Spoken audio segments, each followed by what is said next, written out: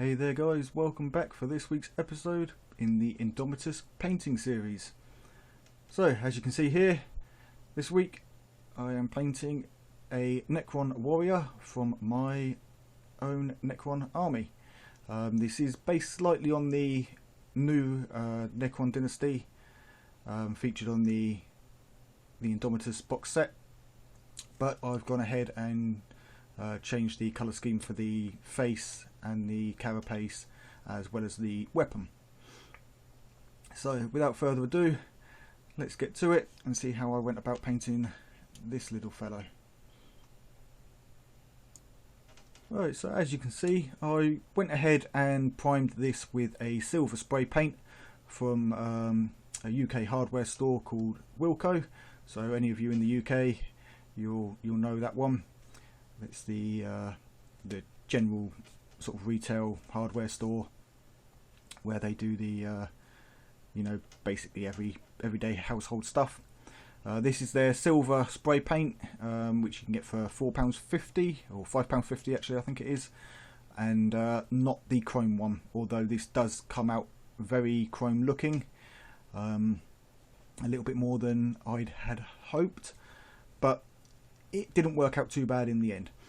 So I take some non-oil, and obviously this is the matte version, not the gloss, and I'm just going to apply this with a medium shade brush from Games Workshop over the entire model, just to dull down some of that chrome look. At the minute he's looking a lot more like the Liquid Terminator than the the T1000 rather than the T800. So yeah, just apply a thin coat of this all over the metal areas, and then obviously focusing a little bit more in those joints and crevices and things like that, and in any sort of damage marks. So like I said, I'll apply that all over and then leave it to dry for about 5 to 10 minutes. Doesn't take too long as it is thin, other than in those recesses, so about 10 minutes just to let those areas dry, and then I can get on with the next stage. Super simple, super easy paint scheme, this one, so nice and quick. Right, and once that non-oil has dried fully, I'm now going to take some Screaming Bell and I'm going to thin this down around about 50-50 with water, so that it's more of a glaze. Normally I wouldn't recommend thinning metallics this much, but with the Screaming Bell it isn't actually too bad to thin down. So all I'm doing here is just blotting off some of the excess water from the bristles, and starting about halfway up the thigh, and the same with all the other plate pieces. I'm just bringing the brush down, and this just gives a nice gradient from the silver at the top down to this sort of brassy metal looking bottom. So what I'll do is go around the whole model with this, and this will be on the chest piece, that's sort of the main body, the thighs. If he has his shin plate on, then it will be on that, as well as on the tops of his feet, and obviously all around his rib cage, and the same with his arms and hands. So the idea is just, like I say, to get that nice little bit of metallic fade through the two metals, and with this being thinned down to a glaze, it goes on really nice. You'll also notice that I've got the arms separate to the body. Now this is still as a push fit, but all I've done is just not glued the front part of the body on, so that once I've painted it I can pull the front part off, put the arms and weapon back in place, and then glue the body back on.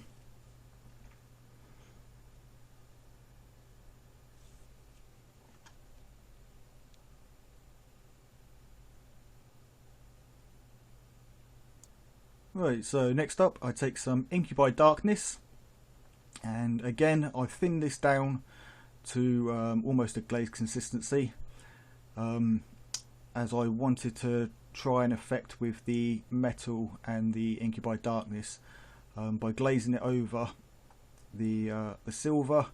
it gave more of a metallic blue look, which I was happy with, and then I decided that rather than do that, I'll just go ahead and paint that solid. So the shoulder plate here, I do solid, as well as the front part of his head, both in the Incubi Darkness.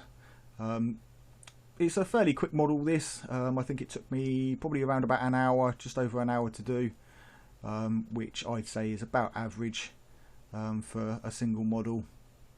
I probably could do it a little bit quicker if I missed out some of the finer highlights,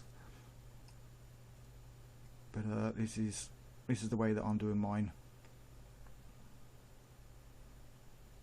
So you can see here I'm using, for the majority of this model, this is just a cheap brush. It's 5-0, so it's you know, smaller than a 0. Although I find the point to be probably nearer to, and the brush size to be nearer to a 0 rather than a 5-0. Like I say, they're cheap brushes, so they're not exactly accurate, but they do hold their point fairly well and are good for just quick painting some models, you know, some regular units. So you can see here I go over multiple times with this glaze, let it dry between each coat,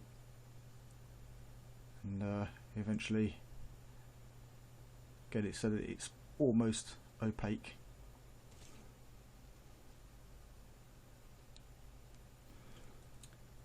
Okay, so next up I take some Soteka Green, and I'm just going around and edge highlighting all of the Incubi Darkness. And you'll notice on the gun itself, I've left the blade at the end the metallic silver look, and I've gone in and painted where the glow would be in the centre of the rifle itself. I've done the same effect with the that brass metallic look, as well as the top and bottom prongs at the front of the weapon there. And then you can also see where I went in and put the Incubi Darkness just over the sort of the main body of the weapon, the long plate that goes underneath the length of the rifle, underneath the barrel, and the cylinder bit, sort of the ring that goes around the front area, just to break up the weapon a little bit. So you can see I'm just going in with the edge of the brush here and just carefully lining this all in with the Soteka Green, and just picking out some of the bullet damage and things like that on there, the chipped areas.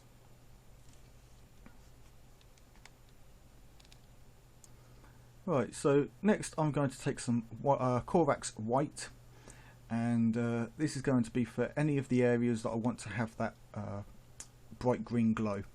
So that's all along the barrel here, in each of the main points. This is slightly thinned down so that it just sort of pulls in there and spreads along those thin lines in there, and then I can gently wipe over with a finger and just take off any excess that's on the surface there.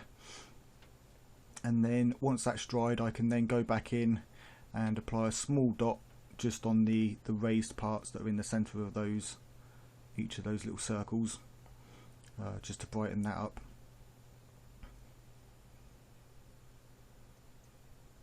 And then once I've done the white on there, I'll also go and paint in white on a couple of the cables that I want to have the green glow. There's one on the gun, and I think there may be one on the Necron himself, as well as the this area that I'm painting just here, the sort of the power, not sure what you would call it, but it's got the ridged line, so just sort of a power coupling area. And I'll also, with this white, paint slightly onto the area around it, just so that the green will give a sort of a glow effect around the edge of the coils. I'll also go in with a slightly thicker mix of this, so a little bit less water, or I'll add a bit more paint to the mixture, and I'll just go in again with this fine brush and just dot the eyes. So there's his left, and because I'm right-handed, to do the other eye it's easier to turn the model on its side or upside down and just pick off the other eye there.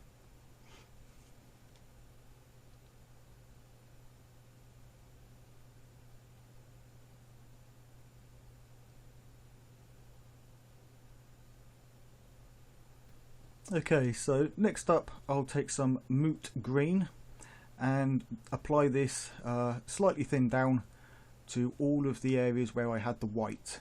Now you can see here that the white has a bit of green tint to it. That's because prior to this I tried a new paint, a new type of green that just didn't quite give the result that I wanted.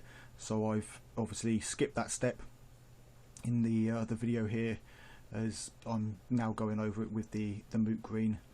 But I do use the previous colour as a highlight for the brightest point of this green a little later on. So obviously just applying this into all of the green areas, or the areas that I want to be green, so anywhere where there was white, and this is how I achieve my glow effect on the weapons here. You'll also notice that on that cable there, when I painted it white, I left a small dark area, and that's just to give a little bit of a transition between the white and the dark, just to give a little bit of impression of some sort of shadow or dark spot moving through the pipe there. And then obviously the same thing, just blob this into the eyes. It is thinned down, so it just goes in there, and where the white is, it just tints it slightly and darkens up the recess around the eye.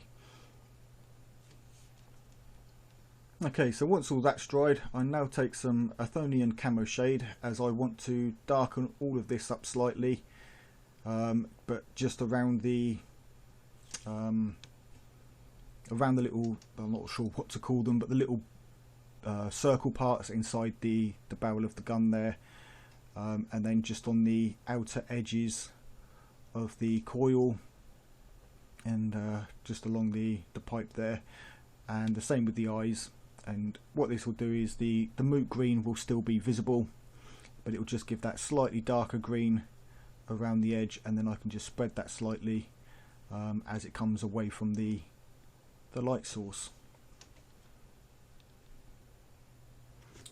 Right, and for one final step, I'm just taking a little bit of Moot Green here, thinned down and mixed with a little bit of Dungeon Slime from Reaper Miniatures, part of their Reaper Bones range of paints, and I'm just very gently going over all of the raised areas just to add a slight glow.